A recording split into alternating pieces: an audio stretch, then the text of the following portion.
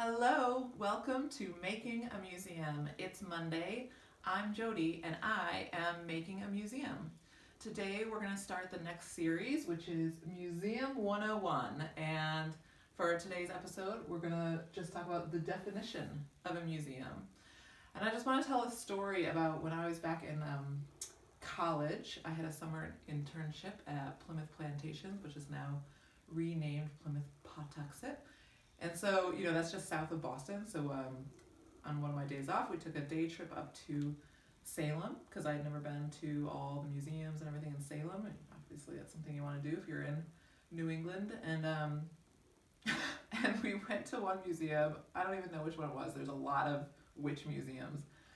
And I was horrified. I mean, this is when I was in college, and they had these really awful mannequins with even worse costumes depicting the Salem witch trials and the people involved, and the clothing was like 1970s A-line skirts and blouses you would get at a thrift store and cardigans. I was so horrified that I took photos. So here's like my photo. Remember actual photos? Here's my photos from this trip because they were just awful, and I remember thinking in my head, how are they getting away with the title museum in their business organization? I just didn't see what they were offering that was any sort of historical accuracy. I mean, it was bad. So, and I come from a theater background, so I have absolutely no problem with entertainment and creative license, with history and all that stuff, but I remember my brain being like, how can they use the word museum? Doesn't the word museum mean something? Doesn't that indicate that there's some level of accuracy, some level of standards? And the answer is yes, there is. So keep watching. So then, what is a museum? What is the actual definition? Well, I'll tell you, and I have notes. The Oxford definition is simply a building in which objects of historical, scientific, or cultural interest are stored and exhibited. And that's important because it's the actual objects. When I visited the Salem museum, and I don't remember which one it was, there was nothing on display. We weren't seeing anything that was an actual object of history. I mean, 1970s clothing history, but that has nothing to do with the Salem witch trials. So the International Council of Museums, they recently updated their definition, just last year actually, and it's much more specific, so I'm going to read you that one. Their new definition is, a museum is a not-for-profit, permanent institution in the service of society that researches, collects, conserves, interprets, and exhibits tangible and intangible heritage. Open to the public, accessible and inclusive, museums foster diversity and sustainability.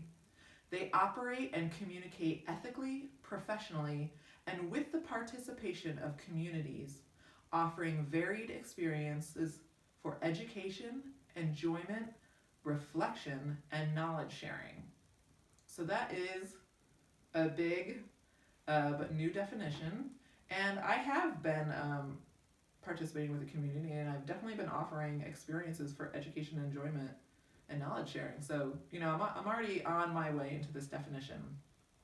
But to actually be a museum, I could operate forever as Howland Farm Museum, because that word, anyone can put the word museum into their company, their organization name. But in New York State, if I want to be sort of an official museum, what you need is a charter. You need a charter from New York State. So the New York State Museum is a program of the New York State Education Department, and they issue charters to organizations that want to be an official museum. So to organize as a nonprofit private education corporation, Howland Farm Museum would have to petition the Board of Regents for the issuance of this charter. And in order to do that, I would have to have, Howland Farm Museum would have to have collections which satisfy the region's standards of organizational and educational quality. And these standards are consistent with the practices of the American Alliance of Museums and the American Association for State and Local History. So there's, a very specific set of qualifications and requirements. And they say on their website, because this is all listed out on their website, where there's the application is there and all the steps. There's a quote. I'm going to quote this: "To achieve them," meaning to achieve what you need to satisfy these regions. "To achieve them usually takes a period of development." So that's where I'm at. Howland Farm Museum is currently in this period of development, in the process of, gaining everything I need to satisfy the requirements of the regions, the Board of Regents. And there are 2 steps to obtaining a charter. The organization first will obtain a provisional charter, and then they will obtain the absolute charter, which is the permanent charter, and then you are a museum.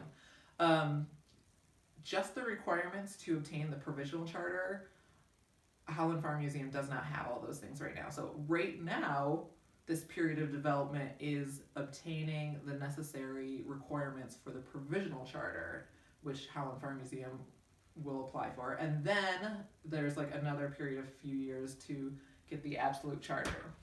And realistically, for Howland Farm Museum to go from where I am right now today to obtaining that absolute charter is likely going to be, 5, 6, 7, 8 years. And I'm not worried about that time frame. It's just going to happen. But that doesn't mean that I cannot call myself Howland Farm Museum, or, and by myself I mean this organization that I'm creating, or host events, or, create exhibits. I can still, and I should, Howland Farm Museum should still be going through the steps of everything that a museum would be doing, even though it's not technically recognized with an absolute charter by the state of New York. Does that make sense? If that makes sense, awesome. If it doesn't, please drop me a message or comment below.